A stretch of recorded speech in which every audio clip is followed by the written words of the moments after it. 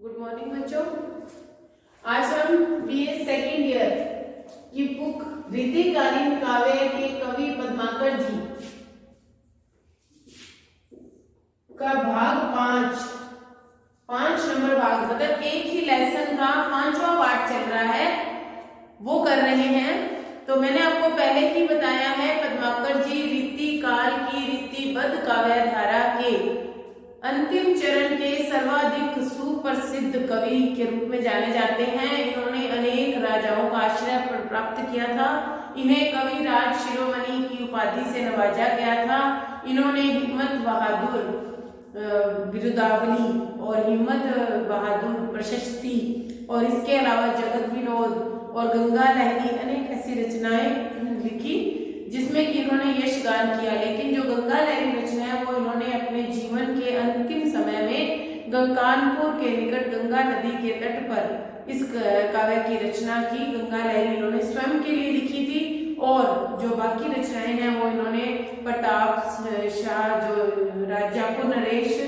राजा प्रताप सिंह जी के यश के लिए लिखी थी और इन्होंने इसे कविराज शिरोमणि के नाम से पुकारा था या उसको ये उपाधि प्रदान की थी।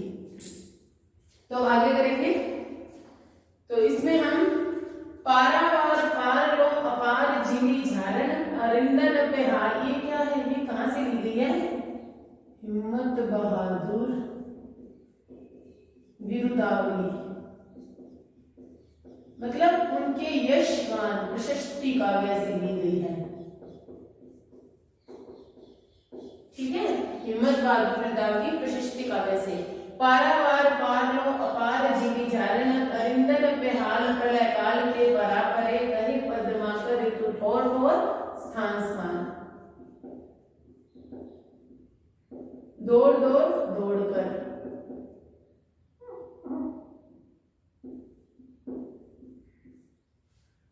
दारण के दार के दरा परे साहिब सवारी श्री प्रताप सिंह तेरी धाक धरा के दरैया धक धक्कन दरा परे चंड चक्र चाप लो धनुष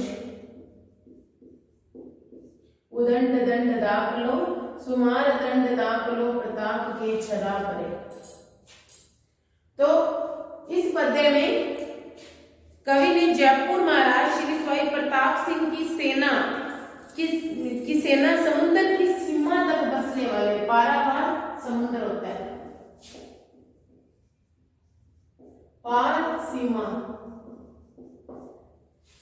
तो इसके अंदर बताया गया है कि जयपुर नरेश प्रताप सिंह, राजा प्रताप सिंह की जो सेना है वो समुद्र की सीमा के पार जो शत्रु हैं उनकी सेना तक, शत्रु सेना की बसने वाले शत्रुओं पर आक्रमण करके क्या करती है? अरिंदन शत्रु उन्हें प्रलय काल से अधिक उनके ऊपर आक्रमण करके उन्हें धराशायी कर देती है।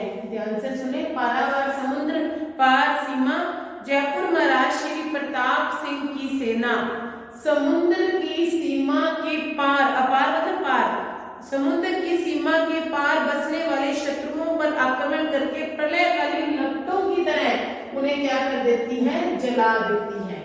कहे पद्माकर ऋतु ठोर ठोर दौर दी दारण पे दार के धरा परे। आगे वो कह रहे हैं कि कवि पद्माकर कहते हैं कि उसी प्रकार स्थान स्थान पर उनकी सेना दौड़ दौड़ कर, स्थान स्थान ठोर ठोर दौड़ दौड़ दौड़ दौड़, उसी प्रकार उनकी सेना स्थान स्थान पर दौड़ दौड़ कर क्या कर देती है?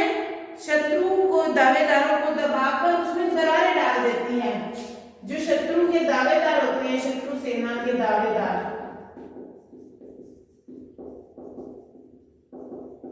शत्रु सेना के दावेदारों को दबाकर दरार डाल देती है धरती में। साहिब सवाई श्री प्रताप सिंह तेरी धाक, साहिब स्वामी श्री प्रताप सिंह तेरी इतनी धाक है, तेरी इतनी चाल है कि जो शत्रु हैं वो धक्के खाकर धरती पर धराशायी हो जाती हैं। आगे वो यही कह रहे हैं कि प्रताप सिंह की धाक ऐसी है कि उनके सामने पृथ्वी के अनेक राजा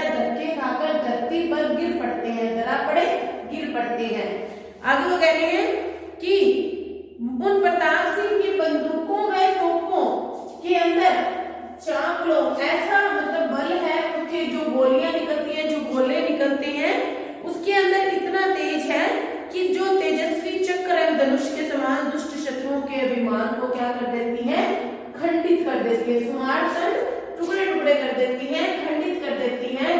जो सवाई प्रताप सिंह की सेना के पास जो बंदूकें और तोपे हैं उसमें निकलने वाली जो गोले और गोलियां हैं वो शत्रुओं को उसी तरह उनके अभिमान को, शत्रु राजाओं के सेनाओं के अभिमान को उसी तरह खंडित कर देती हैं जैसे धनुष और बाण उनके सामने क्या हो जाते हैं, खंडित हो जाते हैं। चक्र और धनुष जिस प्रकार टुकड़े टुकड़े हो जाते हैं ठीक उसी प्रकार वो भी टुकड़े टुकड़े हो जाते हैं। चाप होता है धनुष, छर्रा होता है गोलियां, गोलियां, चाप क्या होता है, धनुष, तोप क्या होता है, तोप।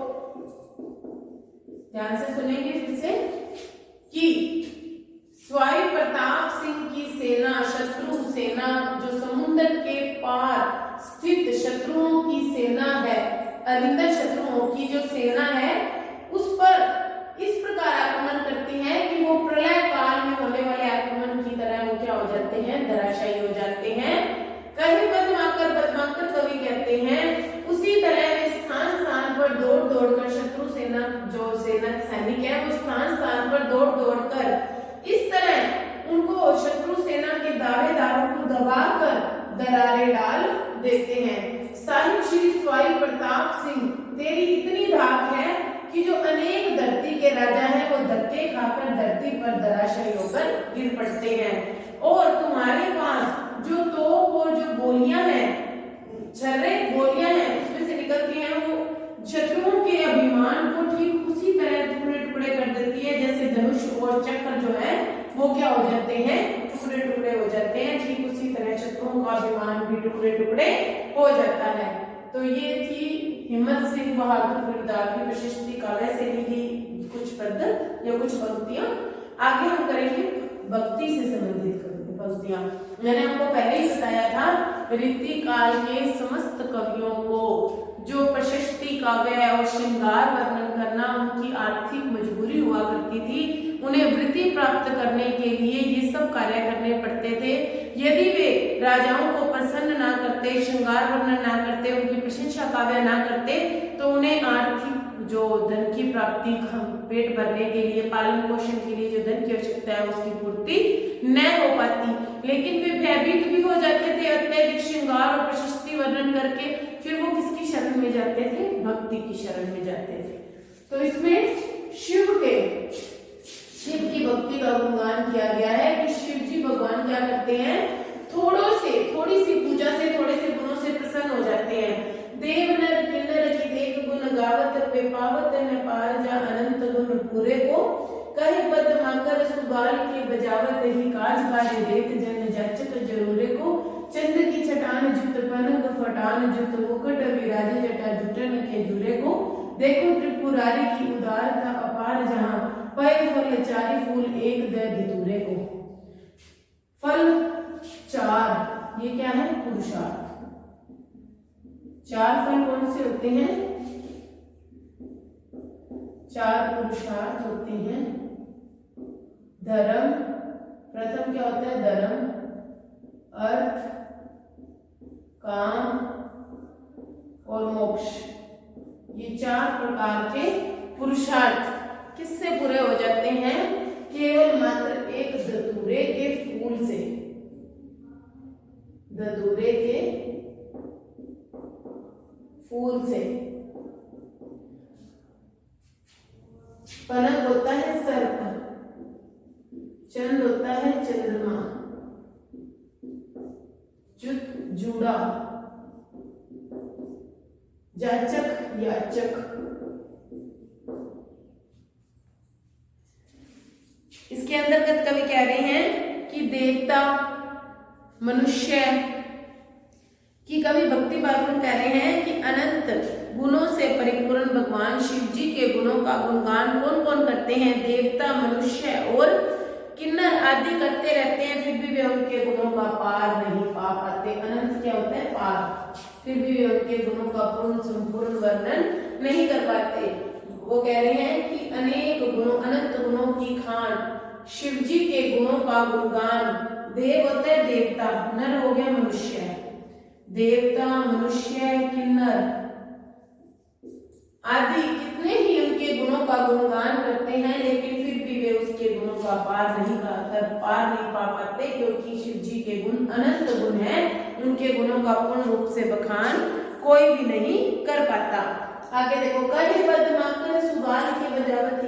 पद्माकर कवि कह रहे हैं कि ये वे शिव जी हैं जो सुगाल की बजावत अर्थात थोड़ी सी भक्ति से ही जो याचक लोग हैं, जो भी अपनी प्रार्थना लेकर उनके सामने जाते हैं, उनके कार्यों को पूर्ण कर देते हैं।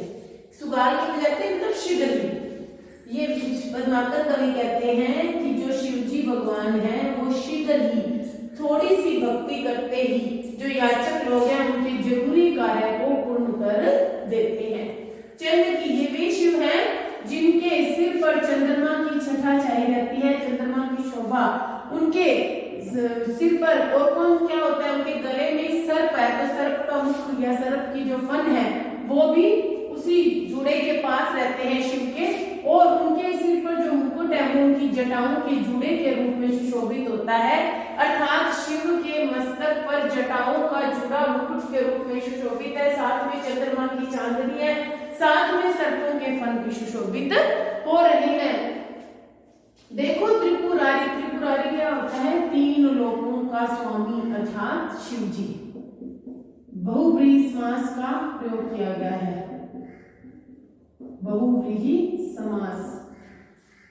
देखो त्रिपुरारी की उदारता अपार, जैन की उदारता अपार उदारता का वर्णन क्या करूं कि ये एकमात्र धतूरे के फूल से चारों प्रकार के पुरुषार्थ प्रदान कर देते हैं। फिर से सुनेंगे ध्यान से कि शिव जी के अनंत गुणों का बखान देवता, मनुष्य, किन्नर आदि कितने ही इनके गुणों का गुणगान करते हैं, लेकिन वे इसके गुणों का पार नहीं पा पाते, क्योंकि इनके गुण अनंत हैं और उनका बखान पूर्ण रूप से कोई भी नहीं कर पाता। पद्माकर कवि कहते हैं कि ये वे शिव हैं जो थोड़ी सी भक्ति करते ही शीघ्र ही क्या कर देते हैं, याचक लोगों की जो याचना है जरूरी, उसे उनके सभी कार्यों को पूर्ण कर देते हैं। इन्होंने अपने इनके मुकुट के रूप में इनके सिर पर जटाओं का जुड़ा सुशोभित है, चंद्रमा की चांदनी की छटा उसमें सुशोभित है, और सर्पों का जो फन है वो भी उसके ऊपर सुशोभित है। शिव जी की उदारता का हम जहां तक वर्णन करें वो कम है, क्योंकि ये तो एक धतूरे के फूल मात्र से चारों प्रकार के धर्म, अर्थ, काम, मोक्ष चारों प्रकार के पुरुषार्थ प्रदान कर देते हैं।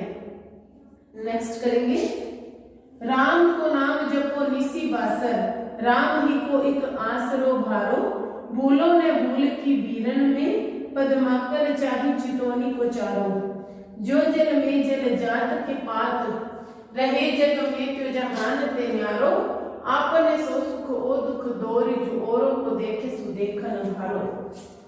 तो इसके अंतर्गत कवि ने बताया है,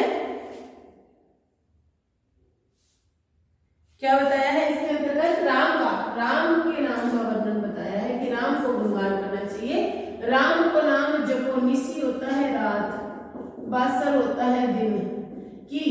पद्माकर कवि कह रहे हैं कि हे भक्तों, राम के नाम का जाप करो, रात दिन राम के नाम का जाप करो। राम ही को एक आसरा करो, क्योंकि हम सब के लिए एक आसरा कौन है, राम का ही एकमात्र हमारे लिए आसरा है। भूलो न भूल की भीड़ में, भूलों की भीड़ में कभी भी दुखों की भीड़ में कभी भी राम का नाम नहीं भूलना चाहिए। सुखों और दुखों की भीड़ में राम का नाम नहीं भूलना चाहिए। पद्माकर कवि कहते हैं, चाही चितौनी को चारो, जो जल में जल जात के पात, रहे जग में तो चहान ते न्यारो।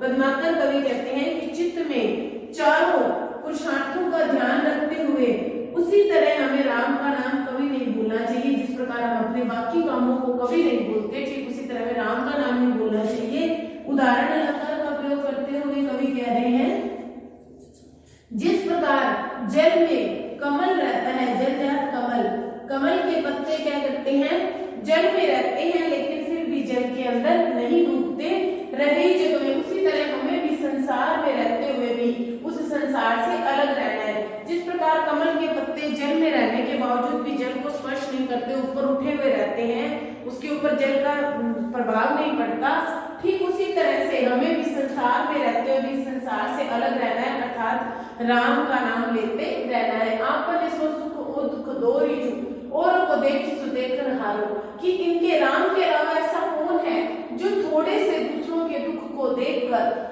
अपने और सुख और दुख में वो भूलकर और दूसरों के दुख और सुख को देखकर दौड़कर सहायता करने पहुंच जाता है। तो इसके अंतर्गत यही बताया हुआ है कि इस संसार में भगवान श्री राम के अंतर्गत अतिरिक्त और ऐसा कोई भी नहीं है। फिर से देखेंगे कि हे भक्तों, आप सबको राम का नाम जपना चाहिए, रात और दिन राम का नाम लेना चाहिए, क्योंकि राम का नाम ही एकमात्र एक आसरा है हम सबके लिए, और कोई भी दुख हो या सुख उसमें कभी भी श्री राम का नाम नहीं भूलना चाहिए। पद्माकर कवि कहते हैं हमें हृदय में हमेशा हमेशा ईश्वर का नाम लेते रहना चाहिए।